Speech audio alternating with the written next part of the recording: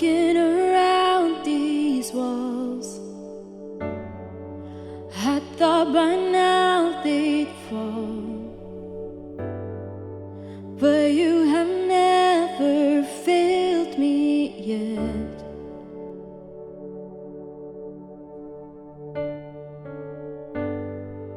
Waiting for change to come,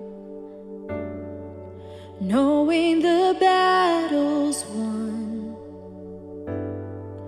for you have never failed me yet.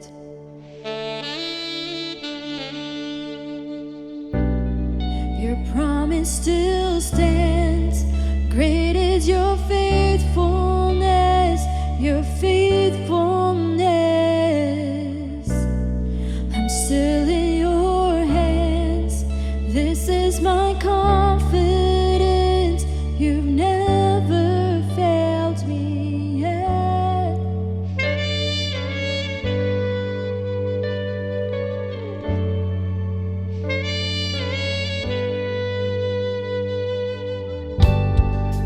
I know the night won't last. Your word will come to pass, and my heart will sing your praises.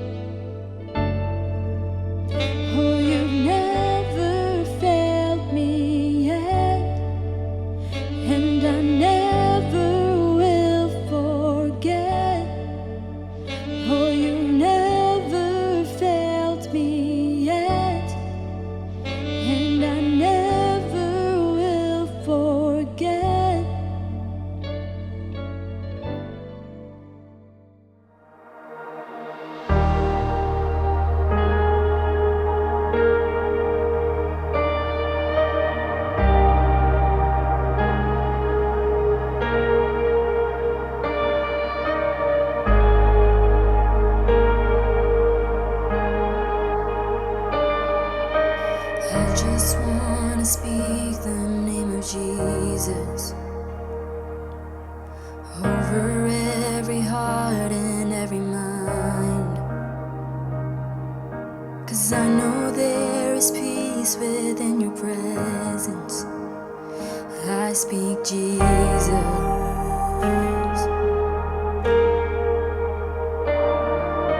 And I just want to speak the name of Jesus. Every dark addiction starts to break, declaring there is hope and there is freedom. I speak Jesus.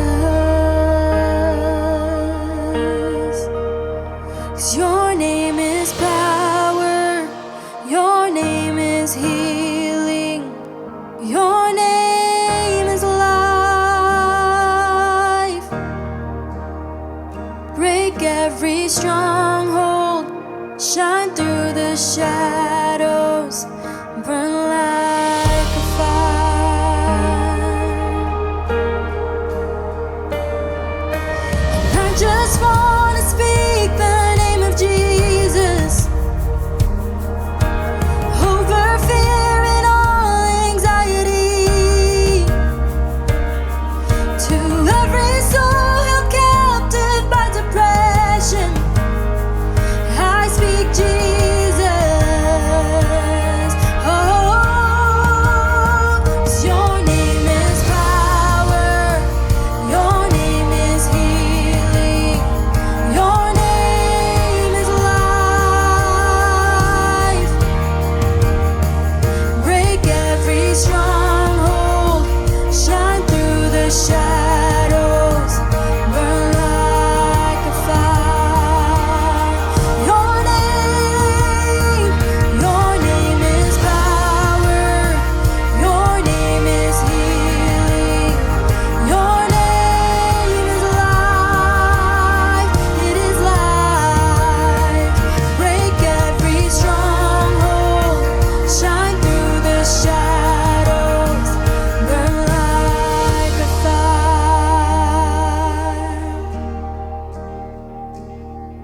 Shout Jesus from the mountains, Jesus in the streets, Jesus in the darkness over every enemy. Jesus for my family, I speak the holy name, Jesus. Oh, shout Jesus from the mountains, Jesus in the streets, Jesus in the darkness over every enemy. Jesus for my family, I speak the holy name, Jesus. Your name, 'cause your name is power, your name is healing, your name is life. It is life. Break every stronghold, shine through the shadows, burn like a fire. So your name is power, your name is healing, your name is life. Break every stronghold, break every stronghold, shine through the shadows, burn like a fire.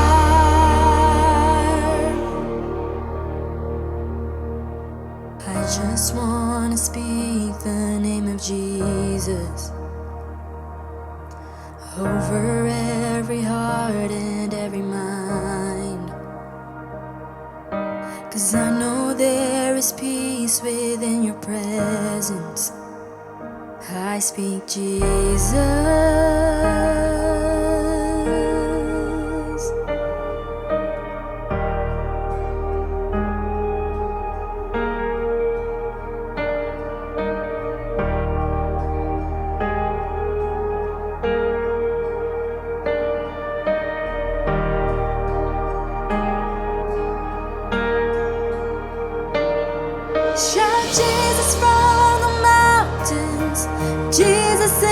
streets, Jesus in the darkness over every enemy, and Jesus for my family.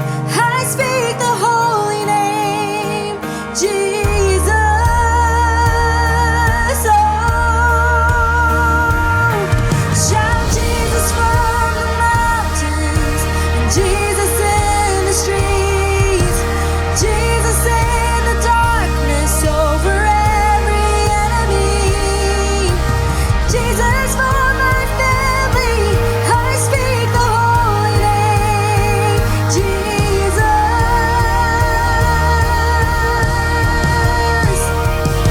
Shout Jesus from the mountains, and Jesus in the streets, Jesus in the darkness over every enemy, Jesus for my family.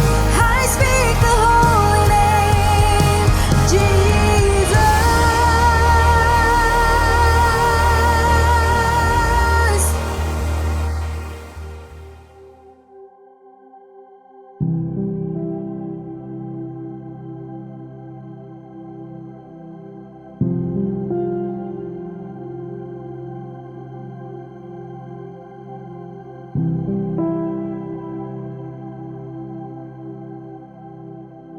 Selamat pagi Bapak Ibu, selamat hari Minggu, selamat kita ketemu lagi dalam ibadah online dari NLCC Indonesia hari ini, tanggal 30 April 2023. Hari ini kita sampai kepada topik yang terakhir dari seri khotbah bulan April ini, yaitu tentang kekristenan versus berhala-berhala modern di Amerika. Dan hari ini kita sampai kepada topik yang terakhir, topik yang keempat. Kita akan sama-sama belajar tentang berhala modern yang berikut, atau boleh saya katakan berhala modern yang terakhir dari seri khotbah ini, yaitu hari ini kita akan membahas tentang berhala teknologi dan entertainment, atau tentang dunia hiburan.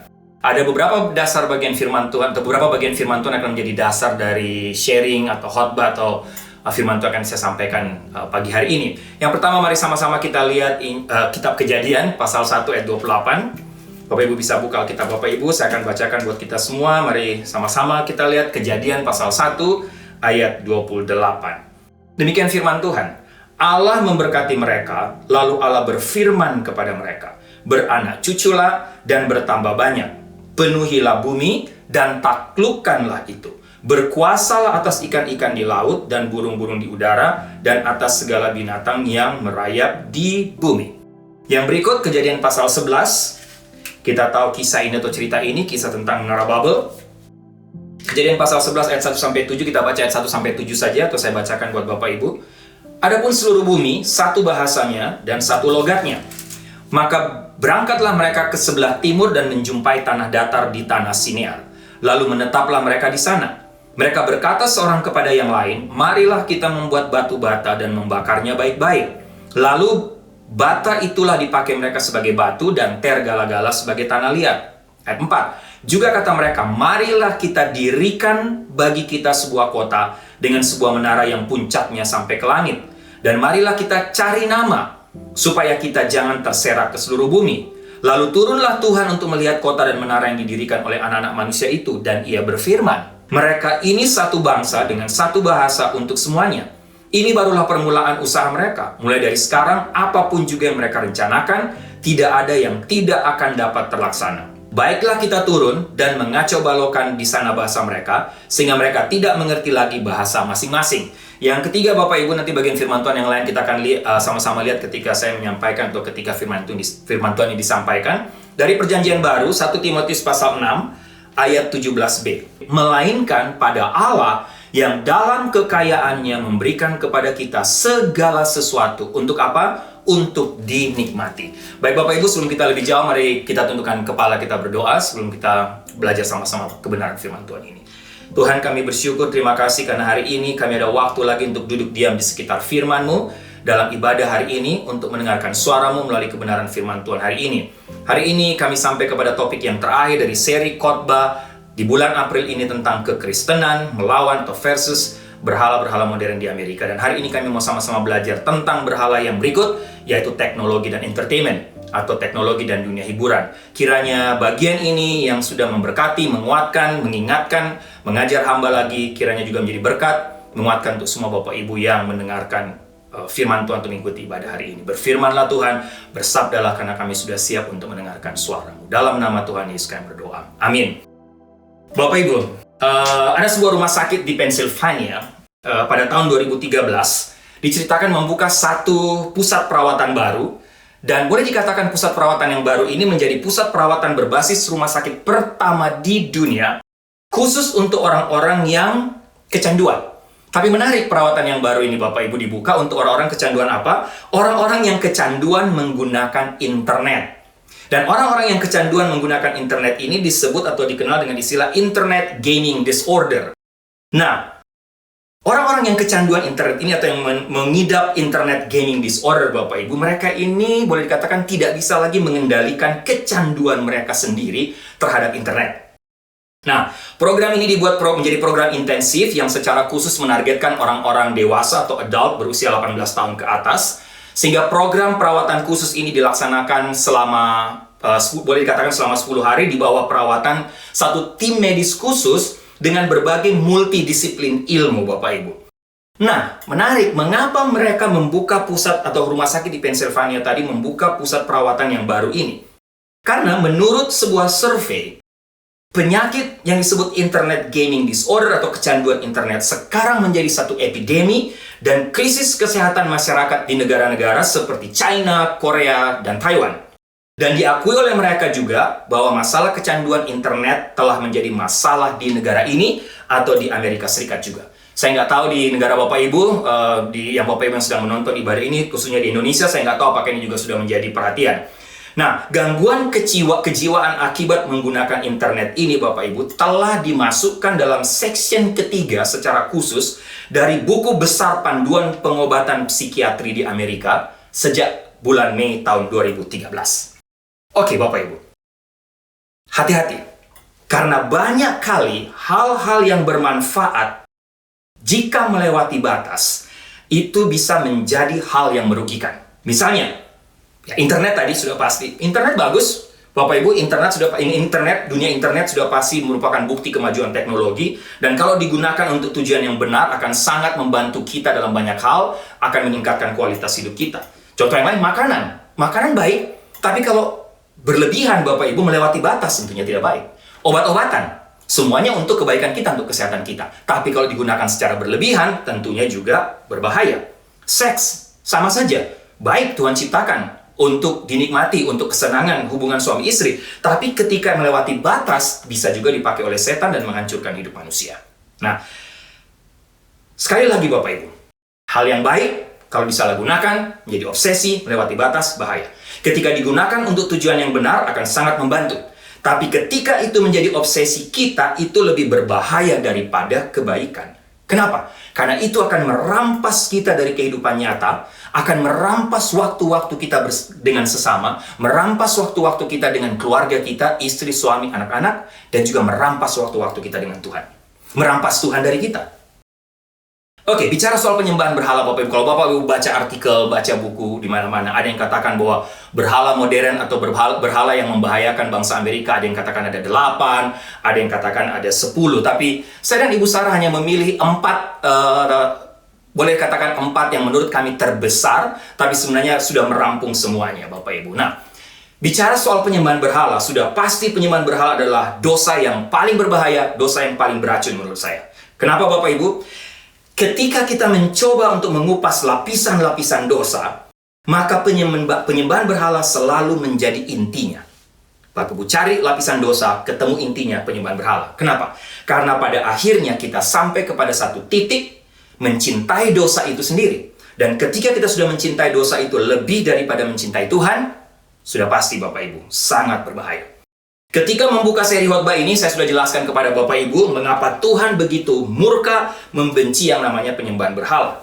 Masalahnya muncul ketika kita, atau Bapak Ibu dan saya, membiarkan benda-benda duniawi tadi menjadi berhala yang merampas kemuliaan Tuhan. Nah, Bapak Ibu, bicara soal teknologi dan entertainment atau dunia hiburan, menurut saya ada beberapa kebenaran penting Yang perlu kita ketahui, atau paling tidak yang saya dapatkan ketika mempelajari bagian ini, sehubungan dengan teknologi dan entertainment. Ini yang saya ingin share kepada Bapak Ibu.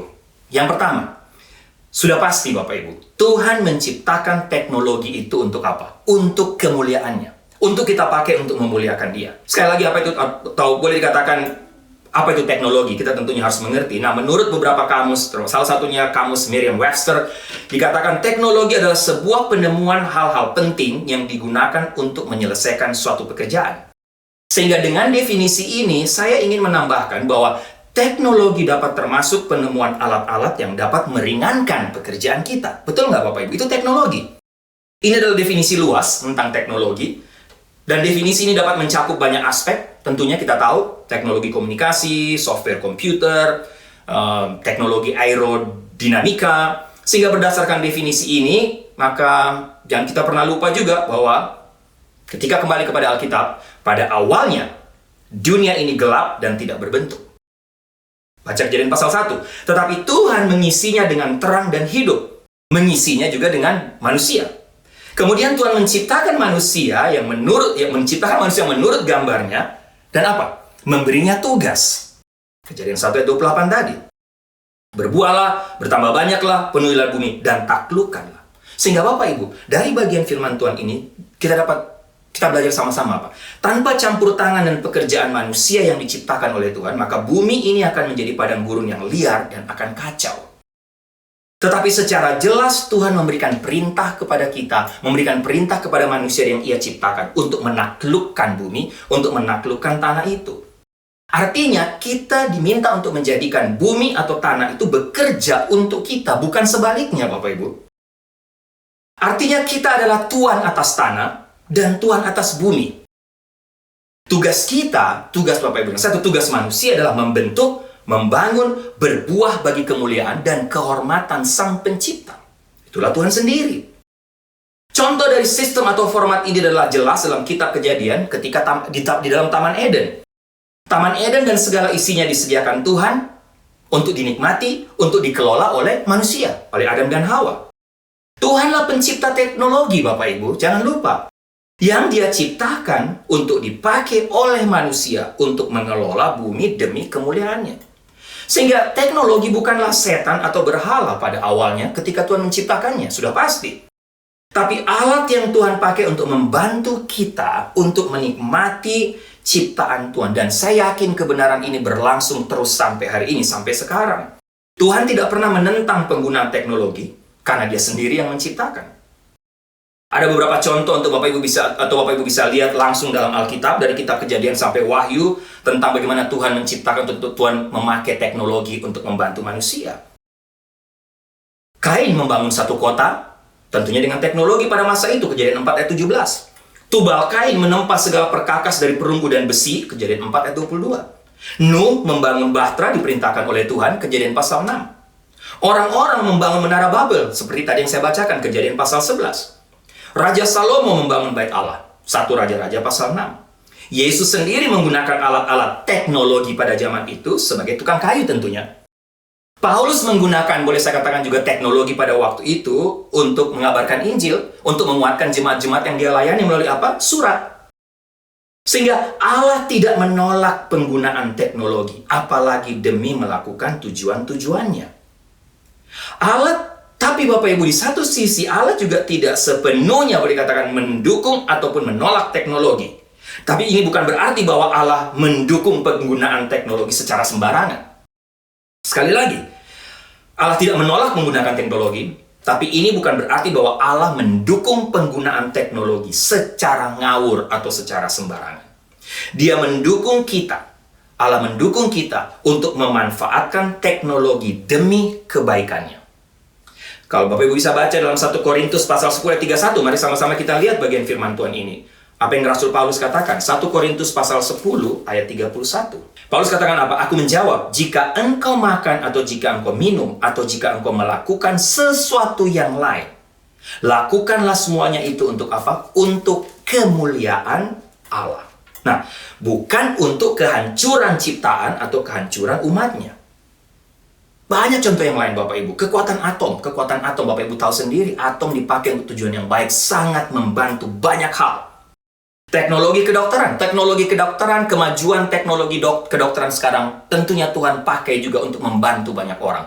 Untuk orang makin sehat. Tapi kalau dipakai secara salah juga, ilmu kedokteran pada masa sekarang juga akhirnya menjadi sesuatu yang jahat. Yang dipakai oleh setan. Tidak membawa manusia untuk makin menghormati, menghargai Allah pencipta. Tapi justru makin jauh dari Tuhan. Teknologi informasi, Bapak Ibu sudah jelas. Sekali lagi teknologi diciptakan untuk kebaikan, tapi akhirnya digunakan untuk kejahatan dan perbuatan dosa. Tentunya awalnya oleh setan memakai manusia. Untuk apa? Untuk melawan Allah. Berikut Bapak Ibu, sampai hari ini, gereja pun menggunakan teknologi dalam pelayanannya. Gereja telah memanfaatkan perkembangan teknologi, boleh dikatakan sepanjang 2 milenium terakhir, untuk memberitakan Injil kepada banyak orang. Memberitakan Injil di berbagai belahan dunia. Lewat apa? Surat, buku, alat pengeras suara, radio, majalah, TV, film. Lanjut kemajuan teknologi, memakai satelit, internet, sosial media, dan lain sebagainya. Gereja tidak akan mungkin bisa menjangkau sebanyak mungkin orang seperti hari ini dengan Injil tanpa adanya manfaat teknologi, memakai teknologi. Gereja tidak hanya diuntungkan oleh adanya teknologi informasi. Tapi gereja juga diuntungkan oleh berbagai macam teknologi lain, teknologi mesin. Fasilitas ibadah tentunya dibangun dengan mesin. Kelistrikan, pakai listrik. Teknologi medis, obat-obatan, peralatan medis dipakai juga untuk penginjilan. Software komputer, software manajemen gereja, pakai apa? Kemajuan teknologi. Transportasi, mobil, bus, pesawat sekarang, macam-macam.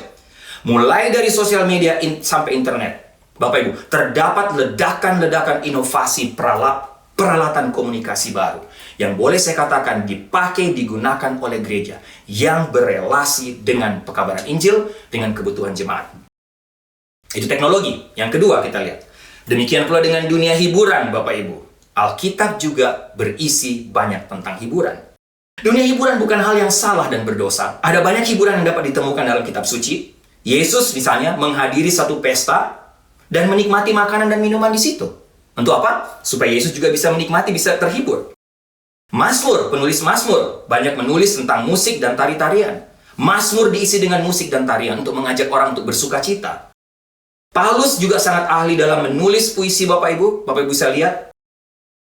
Makanya 1 Timotius pasal 6 ayat 17 yang saya baca tadi, jelas. Apa Paulus katakan? Allah yang dalam kekayaannya memberikan kepada kita dan menyediakan segala sesuatu untuk kesenangan kita. Untuk apa? Untuk kita nikmati. Itulah Tuhan kita. Dia yang berkreasi, menciptakan semua teknologi dan dunia hiburan ini. Karena apa? Itulah dia Allah Bapa kita yang baik. Dia ingin supaya kita manusia bisa menikmati, bisa happy, bisa enjoy. Tapi jangan lupa tujuannya supaya kita bisa menikmati sukacita terbesar yang kita temukan dalam teknologi dunia hiburan tadi. Yang akhirnya dipakai untuk memuliakan Tuhan. Kita bersukacita dengan semua itu, tapi fokusnya adalah untuk mengagumi dan memuliakan Tuhan. Ketiga, Bapak Ibu.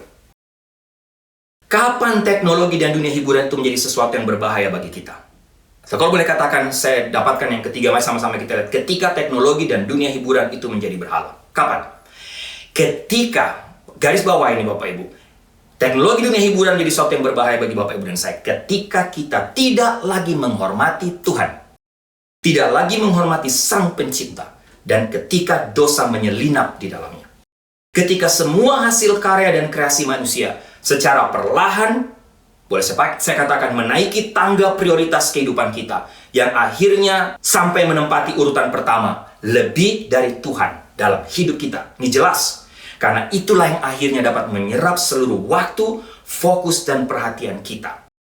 Baik itu kita sadari, baik Bapak Ibu dan saya sadari, atau tidak. Perhatikan sekali lagi kisah Menara Babel dalam Kejadian 11 ayat 1-7 yang saya baca tadi. Orang-orang pada masa itu memakai teknologi dengan apa?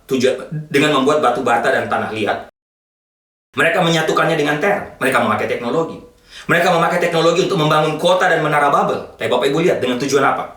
Tujuannya jelas, membuat nama mereka terkenal. Kita katakan untuk mencari nama. Supaya mereka dikenal, bukan Tuhan yang dikenal. Bapak Ibu lihat, itulah sebabnya Tuhan marah, Tuhan turun, Tuhan mencerai-beraikan mereka dengan memberikan mereka bahasa yang berbeda-beda sehingga tidak mungkin berkomunikasi dan menyelesaikan pembangunan Menara Babel. Hal yang sama terjadi lagi ketika Raja Nebukadnezar ingin membangun kerajaan Babelonia. Dia membangun kota itu dan kerajaan besar itu dan berkata apa Bapak Ibu? Jelas dalam Daniel 4, dalam Daniel pasal 4 ayat 30. Aku telah membangun kerajaan Babel dengan kekuatanku yang besar, kata Nebukadnezar, untuk kemuliaanku dan untuk keagunganku. Membangun Babel, Kejadian pasal 11, juga kerajaan Babelonia dalam Daniel pasal 4, mungkin tidak terlihat seperti penyembahan berhala Bapak Ibu ya. Tetapi menjadi lebih jelas ketika Rasul Yohanes menulis kebenaran ini dalam Wahyu pasal 17-19, Bapak Ibu bisa lihat di rumah Bapak Ibu. Ketika Tuhan memberikan Rasul Yohanes penglihatan di Pulau Patmos, memberikan penglihatan tentang penghakiman dan penghukuman yang Tuhan berikan atas Babel. Yohanes katakan melalui sebuah penglihatan ada naga, Bapak Ibu kalau baca di situ, dan itulah setan yang membangkitkan seekor binatang. Dan setan menggunakan binatang itu untuk menarik orang ke dalam bentuk penyembahan berhala. Karena mereka menyembah apa yang mereka bangun, dan tanpa sadar mereka menyembah naga itu sendiri. Artinya mereka menyembah setan. Banyak contoh yang lain dalam Alkitab. Mazmur 20 ayat 7, Yesaya pasal 2 ayat 7 dan 8. Juga ada contoh lain, di mana orang Israel mengandalkan kereta besi dan kuda mereka. Sehingga apa yang terjadi Alkitab catat, mereka akhirnya menyembah alat-alat perang itu, dan tidak lagi menyembah Tuhan, tidak mengandalkan Tuhan lagi. Mereka mengandalkan kekuatan dari kereta kuda dan alat-alat perang mereka.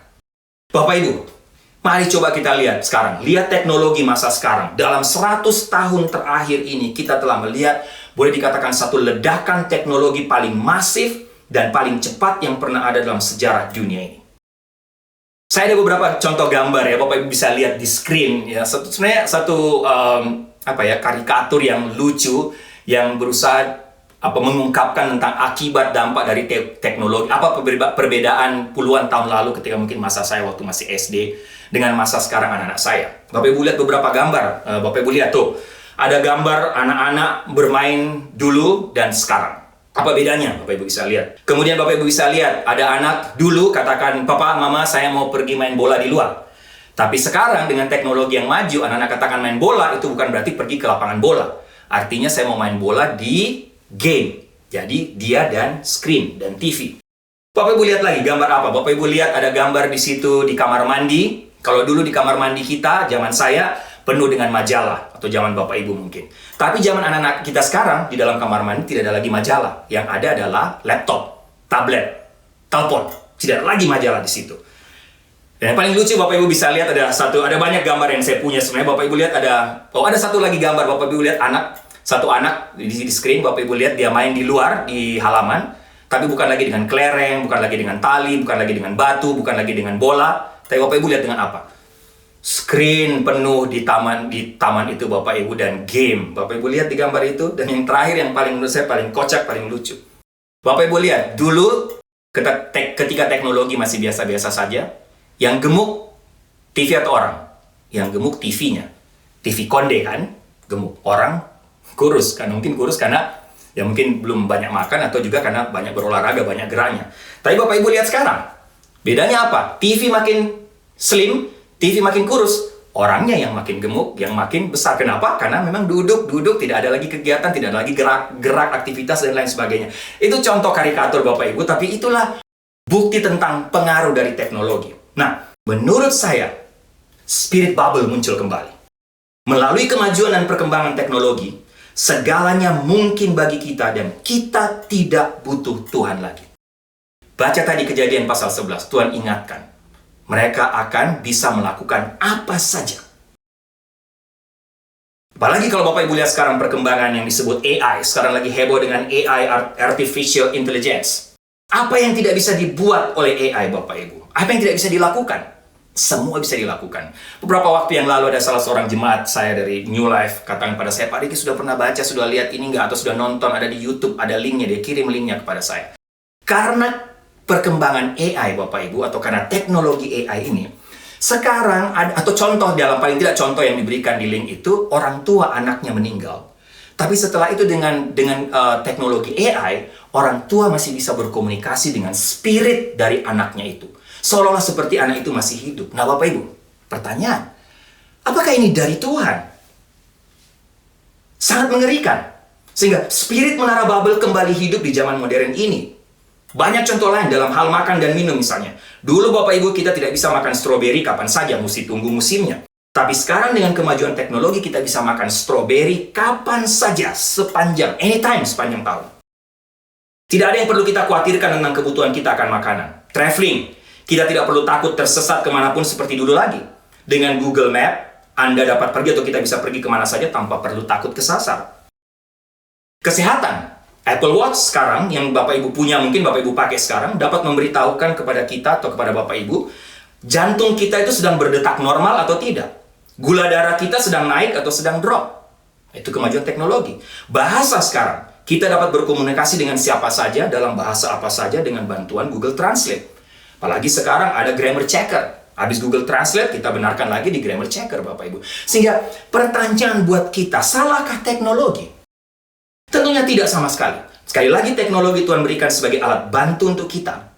Namun ketika kita tidak lagi mengandalkan Tuhan dan menganggap teknologi lebih hebat dari Tuhan, menganggap AI itu mengalahkan Tuhan atau lebih hebat dari Tuhan, dan yang lebih kita andalkan dari Tuhan, maka disinilah letak persoalannya. Disinilah letak masalahnya. Kita telah memberhalakan teknologi, kita telah memberhalakan dunia hiburan. Dalam poin inilah Bapak Ibu, setan tadi kalau saya pakai analogi atau penglihatan dari Rasul Yohanes di kitab Wahyu, setan telah memakai binatang tadi, atau dalam zaman sekarang teknologi, hiburan untuk menarik hati kita, menyembah apa yang kita bangun, kita ciptakan sebagai Tuhan kita. Ini bahaya. Demikian pula dengan dunia hiburan sekarang. Dengan perkembangan teknologi sekarang, dunia hiburan pun berkembang. Kita dapat memperoleh hiburan yang kita inginkan kapan saja, di mana saja. Kenapa? Ada handphone, ada tablet, ada iPad yang bisa kita bawa kemana-mana. Mulai berita apa yang Bapak Ibu mau cari? Mulai dari berita olahraga, art, musik, apapun hobi Bapak Ibu, apapun hobi kita tidak perlu, bisa dilihat dalam iPhone kita. Mau nonton, cari hiburan Bapak Ibu, zaman saya dulu tentunya perlu cari naik di ujung pandang yang naik PT-PT, naik kendaraan umum untuk pergi ke bioskop. Tapi sekarang kita bisa menonton film kesukaan kita anytime melalui apps yang ada di handphone kita. Netflix, TikTok, YouTube, apapun, Hulu, Amazon Prime, semua Bapak Ibu. Apa saja Bapak Ibu bisa lihat dengan apps yang kita punya di handphone kita, di tablet kita. Sehingga pertanyaan untuk dunia hiburan, kapan ketika dunia hiburan ini juga menjadi berhala dalam hidup kita? Jelas. Ketika dunia hiburan telah menghabiskan waktu kita lebih dari kita mencari Tuhan. Ketika dunia hiburan menarik perhatian kita lebih dari Tuhan. Jika kita menghabiskan waktu kita di Instagram, TikTok, Facebook, lebih banyak dari waktu-waktu kita dengan Tuhan. Apalagi sampai kita tidak punya waktu lagi dengan Tuhan, dengan keluarga, dengan family, teman, dengan gereja, dengan teman-teman sepersekutuan. Kita tidak bisa lagi skip film seri yang kita sedang nonton atau drama Korea yang sekarang sedang heboh. Satu episode saja. Kita nggak bisa. Tapi kita bisa skip waktu doa kita. Kita bisa skip waktu-waktu persekutuan kita dengan Tuhan. Kita bisa skip waktu gereja dan lain sebagainya. Itu berarti pada poin atau pada titik ini, dunia hiburan juga telah menjadi berhala bagi Bapak Ibu dan saya. Keempat, Bapak Ibu, kebenaran apa yang bisa kita pelajari dari sini? Bagaimana sekarang kita bisa mendeteksi bahwa kita telah memberhalakan teknologi dan dunia hiburan? Ada paling tidak 4 pertanyaan praktis yang saya mau Bapak Ibu jawab. Pertama, 4 pertanyaan praktis untuk mendeteksi. Yang pertama, di mana saya paling banyak menghabiskan waktu saya? Bapak Ibu bisa jawab. Dengan Tuhan kah? Dengan teknologi kah? Dengan movie kah? Dengan dunia hiburan? Kedua, di mana saya paling banyak menghabiskan uang saya? Bu Piti juga sudah mungkin jelaskan minggu lalu. Beli alat-alat baru? Beli tas-tas baru? Beli iPhone terbaru? Atau berbagi dengan orang lain yang membutuhkan? Ketiga, di mana saya paling merasakan kebahagiaan? Yang keempat, apa yang paling banyak saya pikirkan? Bapak Ibu jawab dulu 4 pertanyaan ini. Di mana saya paling banyak menghabiskan waktu saya? Di mana saya paling banyak menghabiskan uang saya? Di mana saya paling merasakan kebahagiaan? Apa yang paling banyak saya pikirkan? Dan kemudian Bapak Ibu, ada 3 pertanyaan secara rohani juga yang perlu kita jawab setelah menjawab 4 pertanyaan praktis tadi. Yang pertama, apakah menjadi beban? Apakah teknologi dunia hiburan itu telah menjadi beban? Saya mau Bapak Ibu lihat Yesaya pasal 46 ayat 1-2. Yesaya memberikan satu contoh. Dikatakan Dewa Bel sudah ditundukkan. Dewa Nebo sudah direbahkan. Patung-patungnya sudah diangkut di atas binatang, di atas hewan yang pernah kamu arak. Sekarang telah dimuatkan sebagai beban pada binatang yang lelah. yang tidak dapat menyelamatkan bebannya itu. Dewa-dewa itu bersama-sama direbahkan dan ditundukkan, dan mereka sendiri harus pergi sebagai tawanan. Di sini Yesaya melukiskan bagaimana dewa Bel dan Nebo menjadi beban yang ditaruh di atas binatang yang mengangkat kedua dewa tersebut.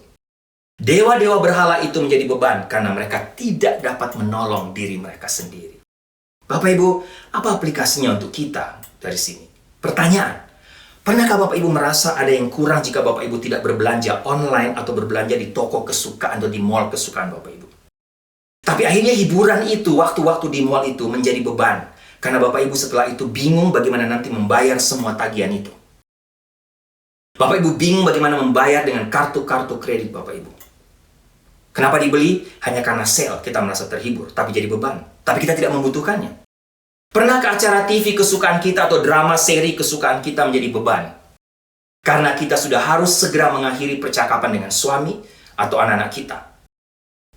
Bapak Ibu bisa jawab. Dan demi menyelesaikan seri drama Korea, drama kungfu, apapun drama seri yang Bapak Ibu lihat, dan tidur sampai subuh demi menyelesaikan seri itu, supaya tidak ketinggalan atau penasaran dengan kisah berikutnya.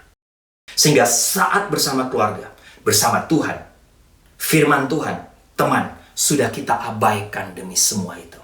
Karena itu yang menjadi fokus utama kita. Bapak Ibu, pertanyaan buat kita, apakah ketika kita susah, tokoh-tokoh dalam drama Korea itu akan menolong Bapak Ibu? Atau barang-barang belanjaan kita bisa menolong kita? Saya menarik, Yesaya 46 lanjut dalam ayat 3-4. Yesaya katakan apa? Dengarkanlah aku, hai kamu keturunan Yakub, kaum keturunan Yakub. Hai semua orang yang masih tinggal dari keturunan Israel. Hai orang-orang yang kudukung sejak dari kandungan. Hai orang-orang yang kujunjung sejak dari rahim. Sampai masa tuamu aku tetap dia, dan sampai masa putih rambutmu aku menggendong kamu. Aku telah melakukannya dan mau menanggung kamu terus. Aku mau memikul kamu dan menyelamatkan kamu. Bapak Ibu, akhir-akhirnya siapa yang bisa menolong kita? Hanya Tuhan. Tidak ada yang lain. Yang kedua, yang pertama, apakah jadi beban? Kedua, apakah kita kehilangan kekaguman kita akan Allah? Roma 1 ayat 19-20 katakan, Rasul Paulus katakan, karena apa yang dapat mereka ketahui tentang Allah nyata bagi mereka, sebab Allah telah menyatakannya kepada mereka. Sebab apa yang tidak nampak daripadanya, yaitu kekuatannya yang kekal dan keilahiannya dapat nampak kepada pikiran dari karyanya sejak dunia diciptakan, sehingga mereka tidak dapat berdalih. Bapak Ibu, ketika kita melihat hal-hal yang telah diciptakan Tuhan, kita seharusnya belajar tentang Tuhan. Dan kita dipenuhi dengan kekaguman kita terhadapnya. Namun apakah teknologi melakukan itu? Apakah dunia hiburan melakukan itu? Apakah teknologi dan dunia hiburan membawa Bapak Ibu makin mengagumi Sang Pencipta? Pernahkah kita melihat foto anak cucu kita dan merasa kita kagum akan pemeliharaan Tuhan bagi keluarga kita? Ini semua karena Tuhan. Ataukah kita pergi ke Grand Canyon, kemana saja tempat-tempat terindah yang Bapak Ibu pernah pergi, dan kita melihat betapa agungnya ciptaan Tuhan dan memuji Dia atas kebesarannya, atas kreasinya yang sangat luar biasa. Atau sebaliknya, ketika melihat foto anak-anak kita, kita mengagumi keberhasilan kita sebagai orang tua karena itu adalah buah karya kita dan bukti kesuksesan kita sebagai orang tua. Atau ketika kita melihat kebesaran Grand Canyon sebagai buah tangan manusia yang mengaturnya dan bukan justru memuji dan mengagumi Tuhan yang telah menciptakannya. Bapak Ibu, demikian pula dengan dunia atau kemajuan teknologi. Ketika kita, Bapak Ibu dan saya melihat ataupun memakainya, teknologi apa saja yang Bapak Ibu pakai? Handphone, apapun, dalam bentuk apapun, mobil. Apakah kita semakin mengagumi Tuhan? Atau kita semakin meragukan keberadaan Tuhan? Melihat kemajuan sains, melihat kemajuan kedokteran, melihat kemajuan teknologi dalam berbagai aspek, berbagai bidang. Apakah kita justru semakin yakin atau semakin percaya kepada Tuhan? Ataukah kita semakin dekat dengan Tuhan? Ataukah kita semakin jauh dari Tuhan? Bahkan kita meragukan keberadaan Tuhan. Yang ketiga, Bapak Ibu, yang terakhir dari poin ini, tanyakan pada diri kita, siapa yang kita sembah? Siapa Tuhan, siapa budak? Mazmur 115, menarik, 3-8. Katakan apa? Allah kita di sorga. Ia melakukan apa yang dikehendakinya. Berhala-berhala mereka adalah perak dan emas, buatan tangan manusia. Mempunyai mulut tapi tidak dapat berkata-kata. Mempunyai mata tapi tidak dapat melihat. Mempunyai telinga tetapi tidak dapat mendengar. Mempunyai hidung tapi tidak dapat mencium. Mempunyai tangan tetapi tidak dapat meraba-raba. Mempunyai kaki tetapi tidak dapat berjalan. dan tidak dapat memberi suara dengan kerongkongannya. Seperti itulah jadinya orang-orang yang membuatnya, kata firman Tuhan, dan semua orang yang percaya kepadanya. Bapak Ibu, saya ingat cerita pertama kali punya handphone, bukan pertama kali punya handphone sih, sudah keberapa ya, sudah kedua atau ketiga, tapi pokoknya waktu itu saya punya handphone Nokia 1550. Waktu itu sudah pelayanan di Sidoarjo. Nokia 1550 ini menjadi terkenal karena bisa ganti-ganti case dengan warna yang berbeda. Suatu waktu saya mau pulang ke Ujung Pandang ke Makassar berlibur, Bapak Ibu, saya rasa saya bangga sekali dengan handphone saya yang baru ini. Saya saya bawa ke Makassar. Waktu itu naik kapal laut ke Makassar. Sudah dekat ke Makassar, sudah kira-kira 30 menit mau sandar, saya coba on handphone saya. Kok nggak nyambung? Mungkin karena masih jauh. Tunggu lagi, pas sandar, saya coba lagi, kapal sudah sandar. Kok belum? Mungkin karena jaringan saya masih di atas kapal. Sudah turun ke bawah, Bapak Ibu, sudah dalam kendaraan mau ke rumah, saya coba lagi, kok nggak jalan juga? Hanya saya tanya kepada teman yang jemput, ini kok saya punya telepon nggak sambung-sambung? Dia bilang pakai provider apa? Saya bilang ya di Sidoarjo saya pakai Pro Excel. Ya nggak bisa lah, di Makassar nggak ada Pro Excel, di sini hanya ada Telkomsel. Dia katakan pada saya, Bapak Ibu, ternyata di Makassar tidak ada Pro Excel, jadi handphone saya yang saya mau pamer itu tadinya tidak bisa berfungsi. Tapi akhirnya rencana mau pamer HP, selama liburan tidak pakai HP, dan bagi saya itu waktu-waktu terindah bersama keluarga dan sahabat karena punya banyak waktu dengan mereka, sepenuh waktu bisa ngobrol, berbagi cerita sama-sama. Bapak Ibu, pertanyaan buat kita, stres kita dan ngamuk nggak kalau handphone terbaru kita itu hilang atau kita tidak bawa? Ngamuk nggak kita? Stres nggak kita? Hati-hati, siapa yang sudah menjadi tuan dan siapa yang sudah menjadi budak. Tanpa sadar atau tanpa kita sadari, teknologi telah menjadi tuan atas hidup kita. Sehingga Bapak Ibu, ini tanda hati-hati buat kita. Karena hati-hati kalau kedua hal tadi, teknologi dan hiburan tadi, sudah mengatur atau itulah yang mengatur cara hidup kita, mengatur cara kita menghabiskan waktu dan uang kita, sampai mengganti posisi Tuhan dalam hidup kita. Jangan sampai kita terbebas dari belenggu dosa, tapi kita menjadi budak teknologi dan dunia hiburan. Sehingga Bapak Ibu yang tahu jawabannya, kita semua tahu. Apakah teknologi dan dunia hiburan akan memberikan kita rasa puas dan membahagiakan kita? Bapak Ibu, sudah pasti tidak sama sekali. Karena sesungguhnya sukacita dan kepuasan yang tidak terukur hanya dapat kita temukan di dalam Tuhan. Jelas kebenaran firman Tuhan ini. Dalam hadirat Allah yang kudus. Firman Tuhan katakan kebahagiaan dan kepuasan hidup itu justru akan kita dapatkan ketika Bapak Ibu dan saya mengejar kekudusan di setiap bagian hidup kita. Jadi kita perlu menjadi budak kebenaran, bukan budak teknologi dan hiburan. Bukan sebaliknya. Kita harus mengisi pikiran dan kebutuhan rohani kita dengan, jangan sampai kita mengisi pikiran dan kebutuhan kita dengan sampah dunia ini.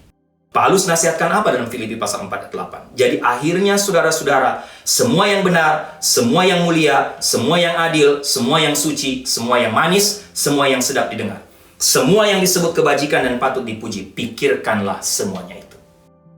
Bapak Ibu, terakhir saya mau tutup dengan kunci untuk menang dan dilepaskan dari dosa, memberhalakan teknologi dan dunia hiburan. Terakhir, mari sama-sama kita lihat. Saya senang berpatokan pada 1 Petrus pasal 5 ayat 8 sampai 9. Bapak Ibu tahu bagian firman Tuhan ini. 1 Petrus pasal 5 ayat 8 sampai 9. Firman Tuhan katakan apa? Sadarlah, berjaga-jagalah, lawanmu si iblis berjalan berkeliling sama seperti singa yang mengaum-ngaum dan mencari orang yang dapat ditelannya. Lawanlah dia dengan iman yang teguh, sebab kamu tahu bahwa semua saudaramu di seluruh dunia menanggung penderitaan yang sama. Bapak Ibu, tidak ada kunci lain untuk menang, dilepaskan dari dosa, memberhalakan teknologi dan dunia hiburan. Pertama, firman Tuhan katakan apa? Sadar.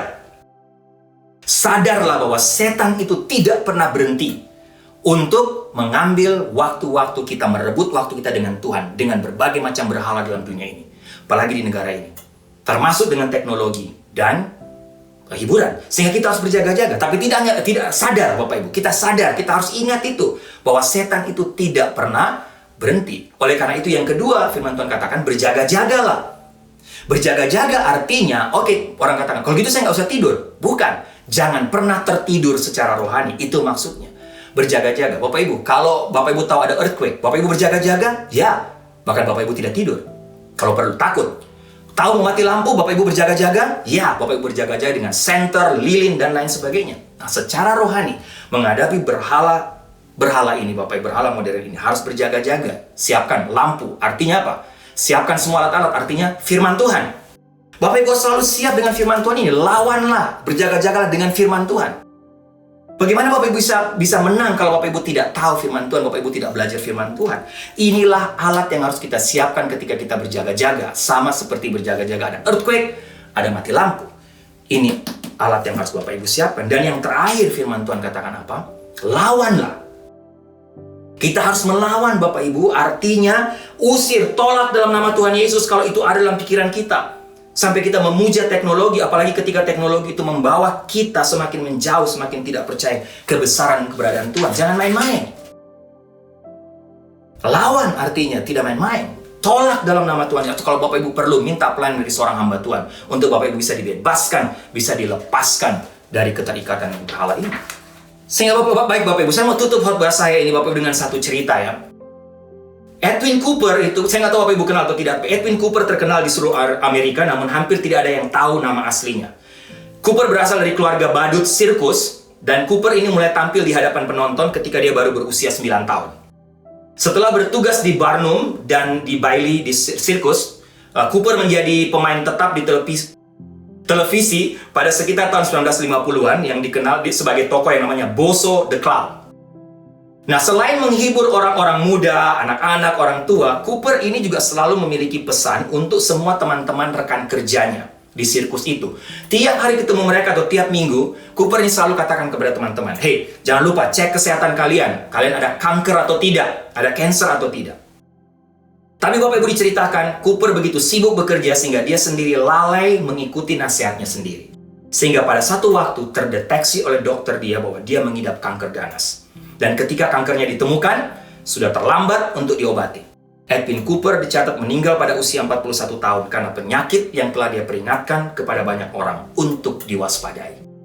Berdasarkan cerita ini Bapak Ibu, saya mau tutup khotbah ini. Jangan lupa, ingat selalu, dosa jauh lebih mematikan daripada kanker yang paling agresif dan tumbuh cepat. Dosa membunuh, menghancurkan segala sesuatu yang disentuhnya, khususnya penyembahan berhala, khususnya berhala modern. Dari kejatuhan Adam di Taman Eden hingga sekarang, dosa hedonisme, ketamakan, konsumerisme, penyalahgunaan teknologi dan alat hiburan, dunia hiburan Bapak Ibu, itu berbahaya. Sangat berbahaya karena ini menjadi alat tawaran setan. Dan inilah tujuan dibalik semua yang iblis lakukan. Jangan lupa Yesus katakan dalam Yohanes 10 ayat 10, karena sifat jahatnya, pencuri datang hanya untuk mencuri, membunuh, dan membinasakan. Karena sifat jahatnya dan kebenciannya terhadap segala sesuatu yang baik, iblis membawa kehancuran pada segala sesuatu yang berada dalam jangkauannya. Sehingga Bapak Ibu, ketika kita melihat dan menanggapi dosa seperti yang Tuhan lakukan dan perintahkan, saya yakin kita tidak akan pernah bermain-main dengan dosa. Kita tidak akan menganggapnya sebagai lelucon, sebagai sirkus, sebagai badut. Kita tidak akan membiarkan diri kita tergoda untuk sedikit demi sedikit mencoba mendekat dan ingin memastikan apakah kita masih dalam area aman. Itu penyembahan berhala Bapak Ibu. Kita dekat, kita masih cek, ini masih aman nggak, dekat. Akhirnya kita jatuh. Jangan lupa, Allah membenci dosa dengan kemurkaannya yang kudus dan benar. Sehingga Bapak Ibu dan saya juga harus sama menghadapi dosa seperti itu. Ketika kita merasa terhibur oleh dosa dan menikmatinya, inilah saatnya bagi kita sadar bahwa kita sedang berada dalam bahaya besar. Kita harus segera melawan dengan cara apa? Lari darinya, datang di bawah salib Kristus. Datang kepada Tuhan, minta ampun di hadapan Tuhan, minta pertolongannya. Apalagi Bapak Ibu kalau Bapak Ibu tahu harga dosa yang harus Bapak Ibu bayar. Bapak Ibu tidak akan main-main dengan dosa, tidak akan membuatnya sebagai lelucon. Bapak Ibu harus tegas. Mari kita tundukkan kepala, kita berdoa. Tuhan, terima kasih, bersyukur untuk kebenaran firman-Mu hari ini. Hamba tentunya juga penuh dengan keterbatasan untuk menguraikan, menjelaskan. Tapi Tuhan, hamba berdoa untuk semua Bapak Ibu yang sedang mendengar atau sudah mendengarkan bagian firman Tuhan ini, yang sudah mengikuti ibadah ini. Kalau Tuhan dapati kami atau Bapak Ibu, semua kami yang mendengarkan firman Tuhan ini, kami telah jatuh dalam penyembahan-penyembahan berhala modern. Entah itu hedonisme, ketamakan, konsumerisme, termasuk berhala, teknologi, dan dunia hiburan. Tuhan jamah kami, Tuhan bicara kepada kami supaya kami bisa sadar, kami bisa berjaga-jaga, tapi kami juga bisa melawan segala tipuan setan iblis itu dengan mengusir, menolak dalam nama Tuhan Yesus. Atau kalau kami ternyata sadar bahwa Roh Kudus bicara, kami jatuh dalam dosa berhala ini, kami harus minta segera untuk dilayani secara pribadi. Jangan, atau kami tidak menganggapnya sebagai lelucon. Kami tidak main-main. Karena iblis juga tidak main-main, serius untuk menjatuhkan manusia atau kami semua, atau kita semua. Sehingga Tuhan, tolonglah kami. Terima kasih untuk firman-Mu, tapi hamba berdoa Tuhan terus melanjutkan bicara kepada tiap-tiap kami. Kalau memang kami perlu dibebaskan, dilepaskan dari dosa ini. Dalam nama Tuhan Yesus, kami berdoa, Tuhan hamba berdoa dan mengucap syukur. Amin.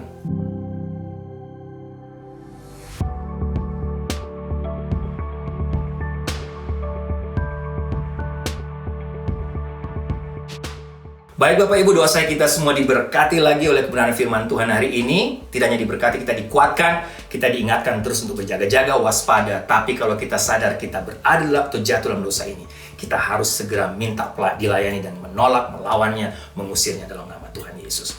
Ada beberapa pengumuman Bapak Ibu sebelum mengakhiri ibadah hari dalam doa berkat. Bapak Ibu bisa lihat di screen.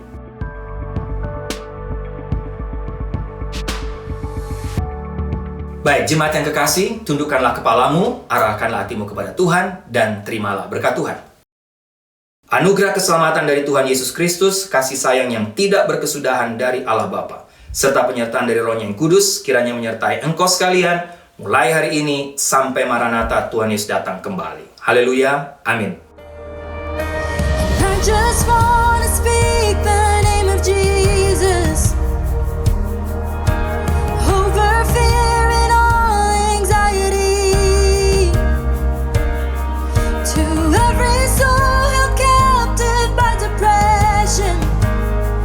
I speak Jesus. Oh, 'cause your name is power, your name is healing, your name is life. Break every stronghold, shine through the shadows, burn like a fire. Your name is power, your name is healing, your name is life, it is life. Break every stronghold, shine through the shadows, burn like a fire.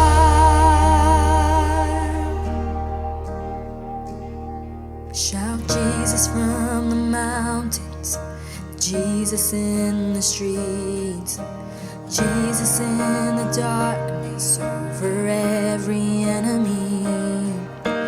Jesus for my family, I speak the holy name, Jesus. Oh, shout Jesus from the mountains, Jesus in the streets, Jesus in the darkness over every enemy. Jesus for my family, I speak the holy name, Jesus. Your name, 'cause your name is power, your name is healing, your name is life, it is life. Break every stronghold, shine through the shadows, burn like a fire. Sing your name, 'cause your name is power, your name is healing, your name is life. Break every stronghold, break every stronghold, shine through the shadows, burn like a fire.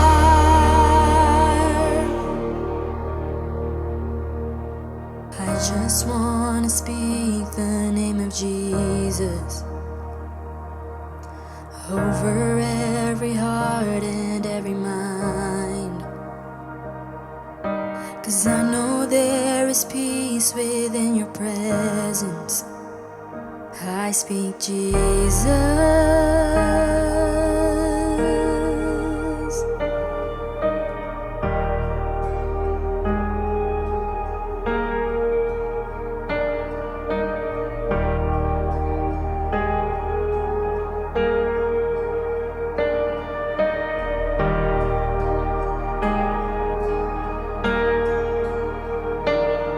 shine.